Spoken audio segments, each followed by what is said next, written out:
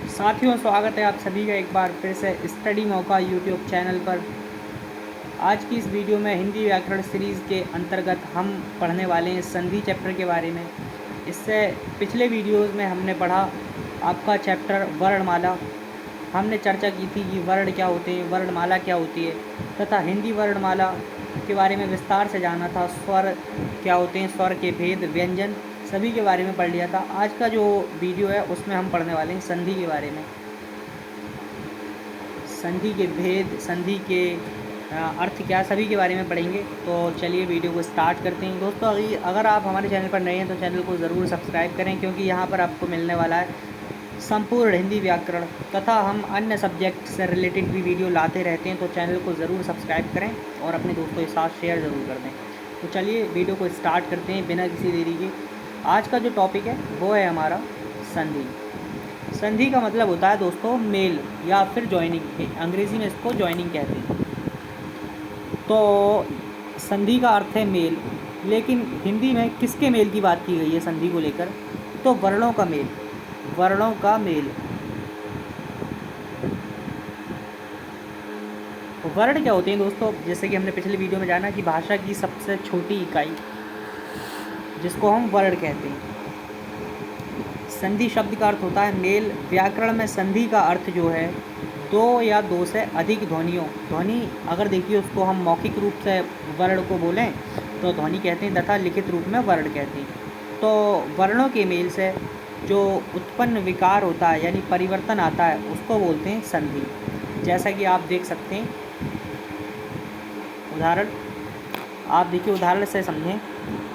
Rama plus ईश, Rama plus ईश में देखें आप यहाँ पर आ, धन, ई, इनके बीच संधि हुई है जिससे ए की उत्पत्ति हुई है। यानी कि दो वर्णों के मेल से जो परिवर्तन आ रहा है, दो वर्णों के मेल से जो परिवर्तन आ रहा है उसको कहते हैं संधि। जैसा कि आप देख सकते हैं, या फिर अगर दूसरा उदाहरण लें तो आप देखें कि गिरी प्लस इंद्र, गिरी प्लस इंद्र, यहाँ पर संधि हुई है। ई, धन, ई मिलकर क्या हो जा रहे हैं? दीर्घ स्वर में परिवर्तित हो जा रहे हैं। तो आप इसका इस तरह से देखिए, पर प्लस उपकार, यानी कि यहाँ पर संधि हुई है आ, धन, ऊ के बीच और ये मिलकर ओ बनाते हैं। इस प्रकार से देखें आप, सु प्लस आगत, ऊ प्लस आ बराबर बा हो जाते हैं। इनके नियम होते हैं और ये संधि के भेद हैं। इनके बारे में हम अभी आगे डिस्कस करेंगे।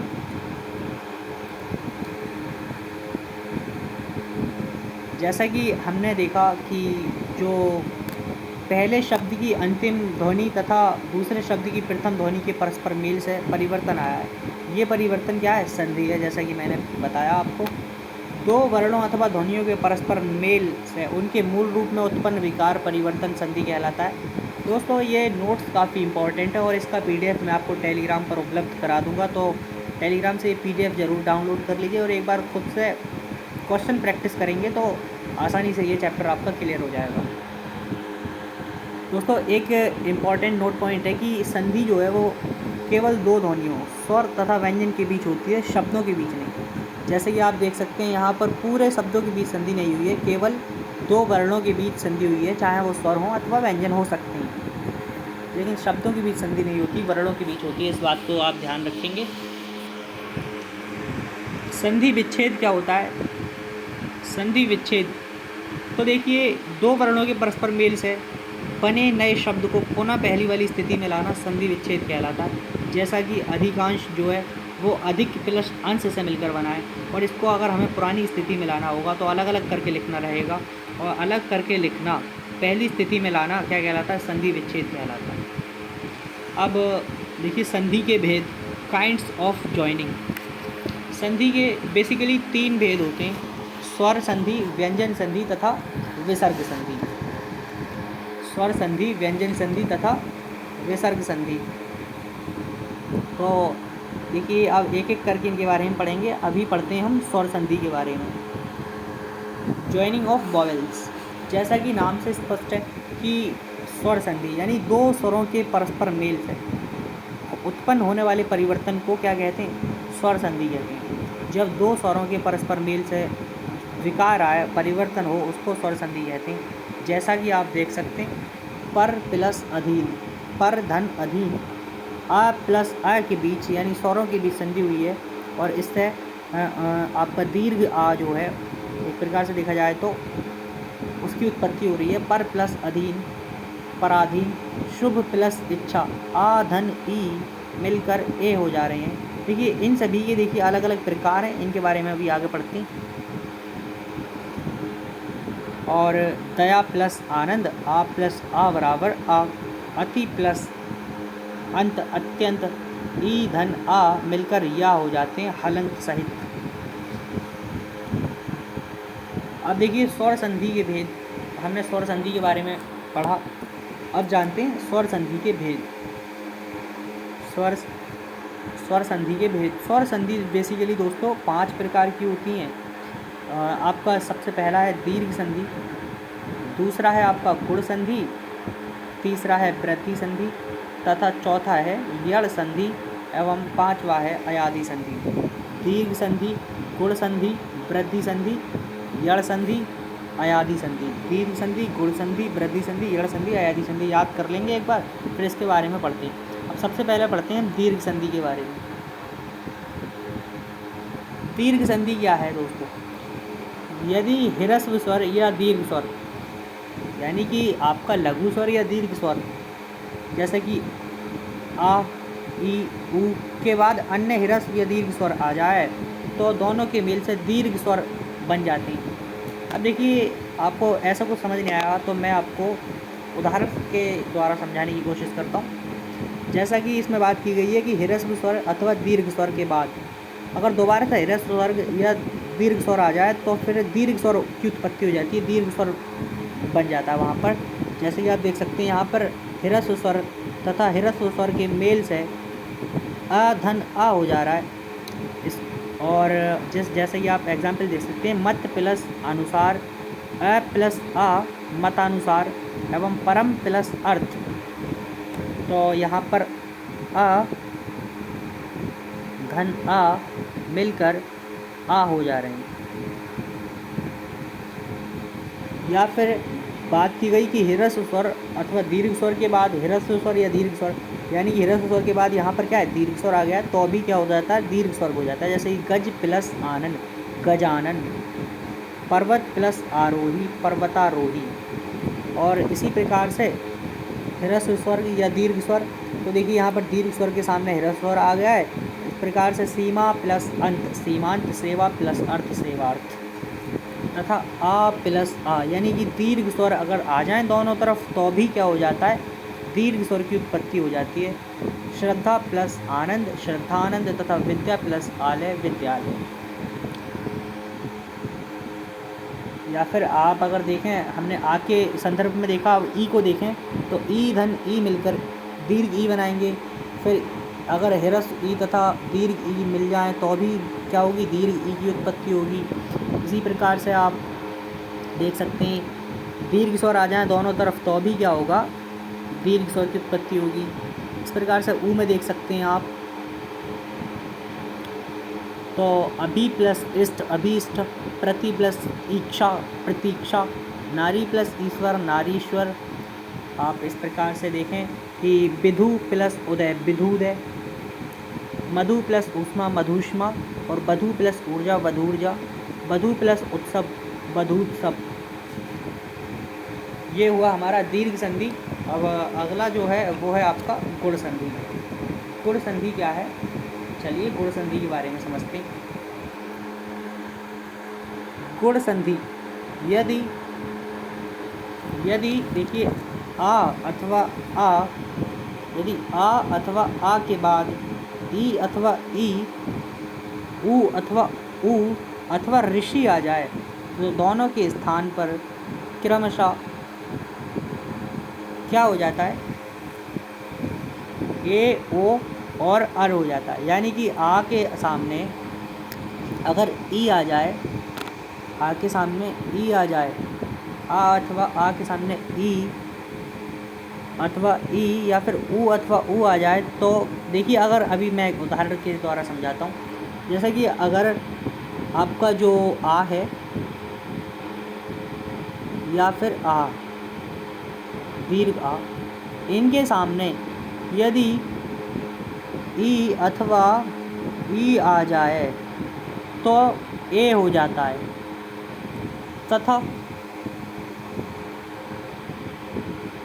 आ अथवा आ के सामने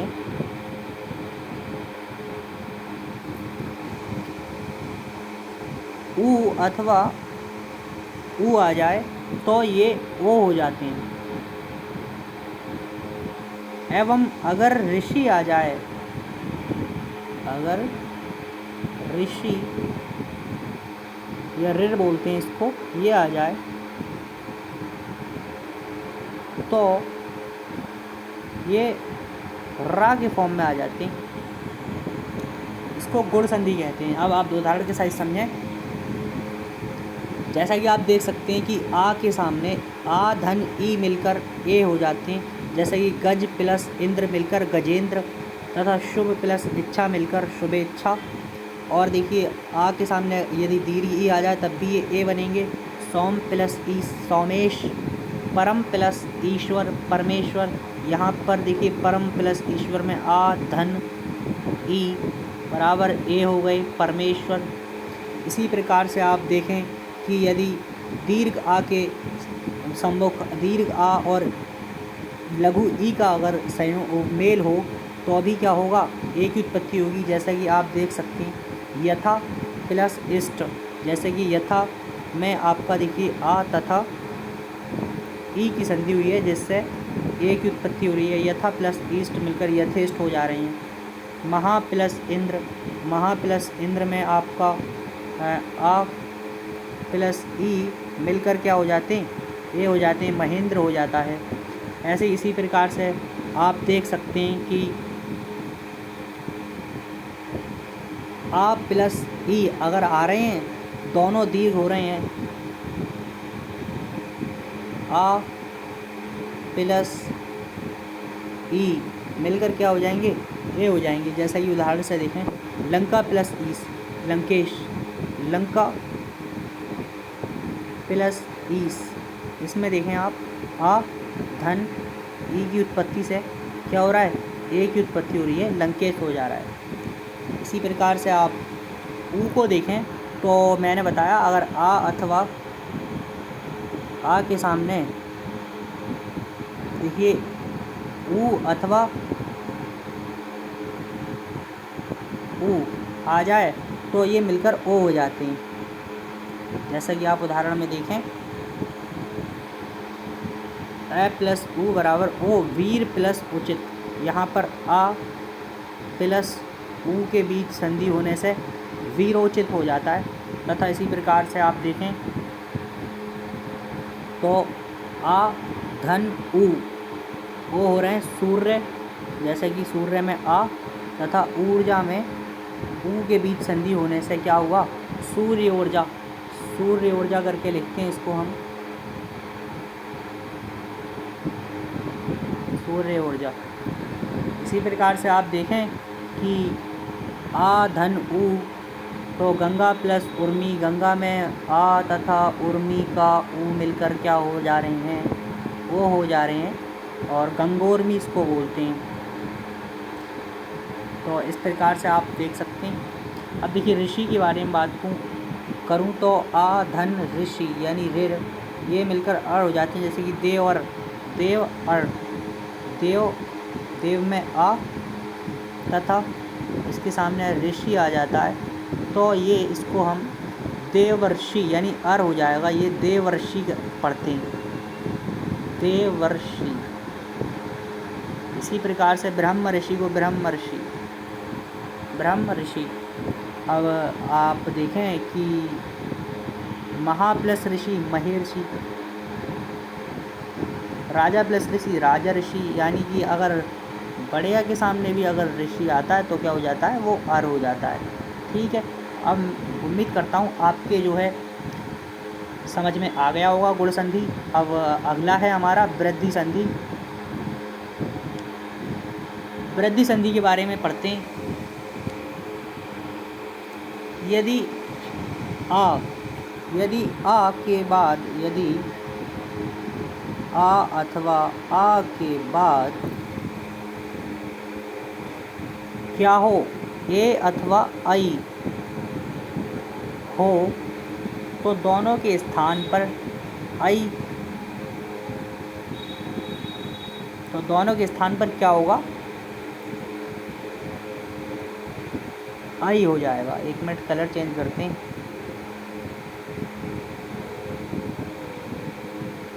तो दोनों के स्थान पर आई हो जाता है। इसी प्रकार से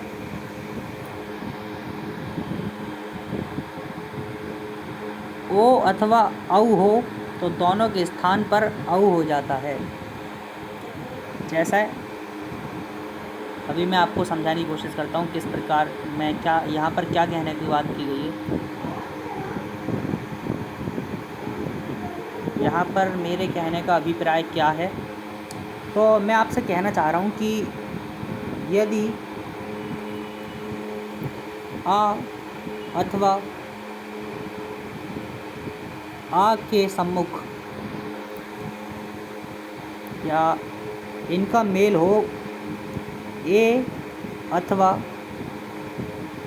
आई से, तो मिलकर क्या होता है, आई, यानी एक प्रकार से देखा जाए दीर्घ स्वर बनता है। यदि दूसरी कंडीशन क्या है, यदि आ अथवा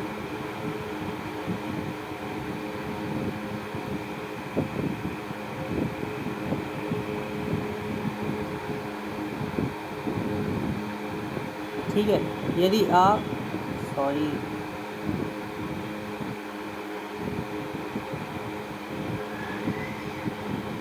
क्या, सॉरी माफ़ी चाहूँगा।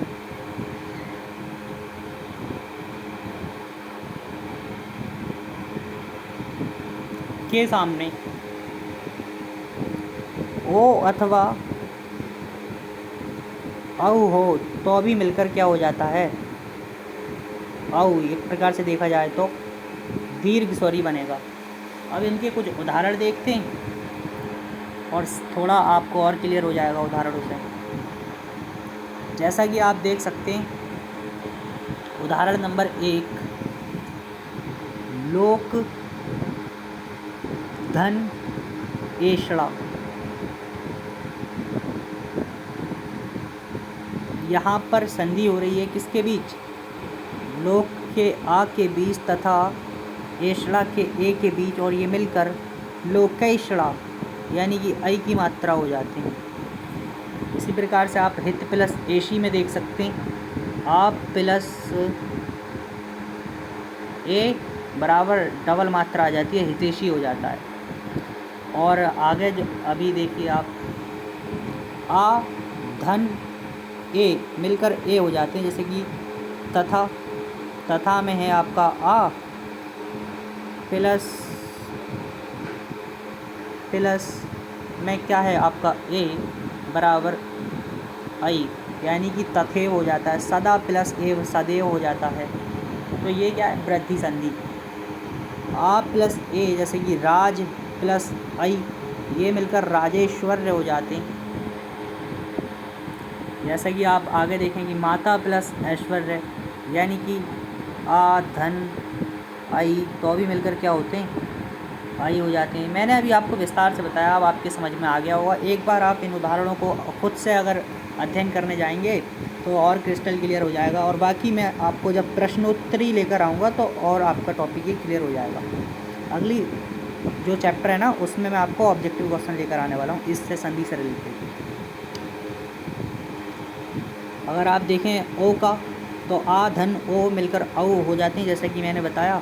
जल प्लस ओघ जलोघ, परम प्लस ओज परमौज, महा प्लस औषधि महा धन औषधि महा औषधि, परम प्लस ओजस्वी परम ओजस्वी। और आ प्लस ओ वन प्लस आ प्लस औ औषध का औ, ये मिलकर क्या हो जाते हैं, औ, यानी कि वन औषध। और राजा प्लस औदार्य, तो राजा का आ प्लस औदार्य, औदार्य का औ के बीच जब संधि होगी तो औ हो जाएगा, राजौदार्य। जैसा कि आप देख पा रहे हैं, महा प्लस औदार्य महा, महोदार्य। दोस्तों अब अगला है आपका यड़ संधि। यड़ संधि, यड़ संधि का क्या सीन है, यड़ संधि देखो अभी समझाता हूँ मैं आपको। यदि ई अथवा ई, ऊ अथवा ऋषि के बाद कोई अन्य स्वर आ जाए तो ई अथवा ई के स्थान पर या, ऊ अथवा ऊ के स्थान पर वा तथा ऋषि के स्थान पर रा हो जाता है। तो कहने का अभिप्राय क्या है, जैसा कि मैं आपको बताता हूँ। यदि ई और ई के सामने कोई अन्य स्वर आ जाए तो वहाँ पर या हो जाता है। ये और ऊ अथवा ऊ के सामने कोई अन्य स्वर आता है तो वहाँ पर वा हो जाता है।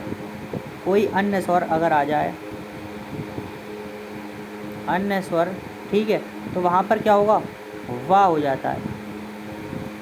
और यदि ऋषि के बाद कोई अन्य स्वर आता है तो रा हो जाता है। ऋषि प्लस अन्य स्वर बराबर रा। जैसा कि अभी उदाहरणों के द्वारा देखते हैं, ये आपकी यड़ संधि है। पिछले वीडियो, अभी पिछले पढ़ी हमने वृद्धि संधि, अब यड़ संधि देखते हैं। यदि जैसा कि मैंने चर्चा की, ई धन आ मिलकर ई के सामने कोई अन्य स्वर आ जा रहा है, यानी आ आता है तो या हो जाता है। यदि देखिए दीर्घ आ जाता है तो या पे मात्रा आ जाती है। जैसा कि गति प्लस अवरोध, ई धन आ बराबर या, इसको लिखते हैं हम गत्य अवरोध। अति प्लस अधिक अत्यधिक, अति प्लस अधिक अत्यधिक, यानी कि इसमें आपकी संधि हुई है ई धन आ के बीच, तो ये मिलकर या हो जा रहा है। आप देखिए इसी प्रकार से ई धन आ मिलकर या हो जाएंगे। वी प्लस आकुल के बीच में देखें तो ई धन आ बराबर या, यानी कि व्याकुल। और इति प्लस आदि इत्यादि। तो अगर मैं देखें वर्तनी, आप गलती ना करें, अगर संधि को समझ जाएंगे तो। जैसे कि अत्यधिक जो है उसको संधि करके देखें तो आपसे कभी गलती नहीं होगी वर्तनी की। इसी प्रकार से आप देखें, ई धन आ मिलकर या, नदी प्लस अर्पण नदी अर्पण, ई धन आ या, लक्ष्मी प्लस आगमन लक्ष्मी आगमन। और अब ऊ का खेल देखें क्या है, ई प्लस ऊ यू हो जाएंगे, अभी प्लस उदय अभिउदय, अति प्लस उत्तम। देखिए मात्रा जो है वो स्वर के अनुसार परिवर्तित होती रहेगी, इस बात का विशेष ख्याल रखें आप लोग। और आप देखें कि ई प्लस ऊ आता है तो यू हो जाता है वी प्लस ऊ, यानी व्यू। प्रति प्लस उस, प्रत्यूष।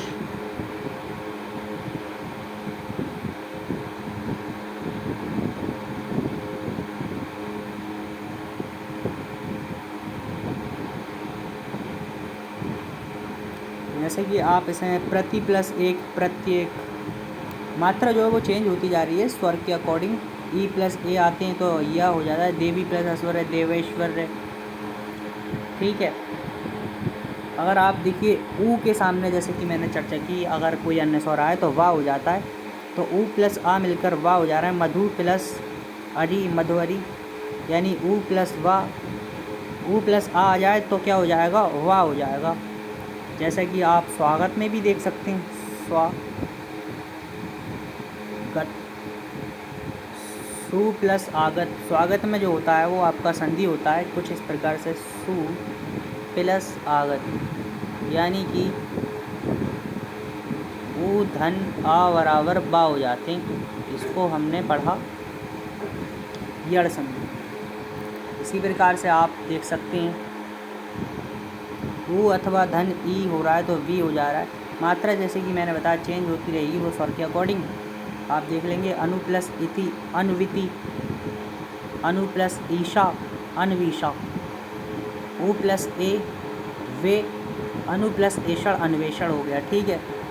अब ऋषि का देखें तो देखिए ऋषि के सामने ऋ के सामने यदि आ जा रहा है तो रा हो जाएगा, ऊ आ रहा है तो रू, और री ई आ रहा है तो री। यानी मात्रा जो अन्य स्वर के अकॉर्डिंग परिवर्तित होगी, जैसे कि मैंने बता दिया आपको एक बार में। मात्र प्लस आदेश मात्र आदेश, पितृ प्लस उपदेश पित्रोपदेश पित्रोपदेश, और पितृच्छा यानी पितृच्छा, पितृधन इच्छा पितृच्छा। अयादि संधि, अयादि संधि क्या है?